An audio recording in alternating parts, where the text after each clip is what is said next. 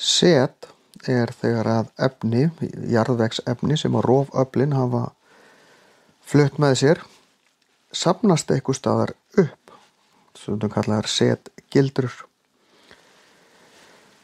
Dæmi setgildrur eru til dæmis óshólmar eða dældir á landi eða á sjávarbotni þar sem að set safnast fyrir. Og þá myndast það sem kallað setlög. Það þegar set sest ofan á það sem var áður og jafnvel getur bunkast svolítið upp. Set flokkað eftir því hvernig það flyst. Vatnsborið set myndar óshólma, sjávarborið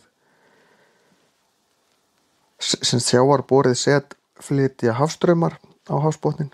Vindborið set sest aðalega fyrir í eyðimörkum og myndar sandskafla. Sterkur vindur getur borið set langa leiðir.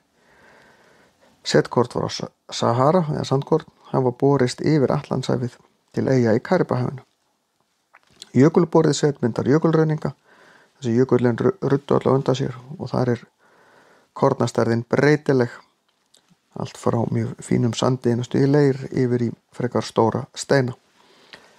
Flestar aðrar gerðir af svona setflutningi þær flokka setið eftir kornastærð.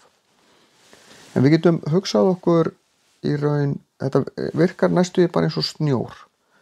Því að þegar að efni fer að flytjast til hvort sem það út af vatni eða vindi, í á eða í sjó eða hvað það jökulsetið aðeins öðruvísi, af því að þar því hreinlega ýtt.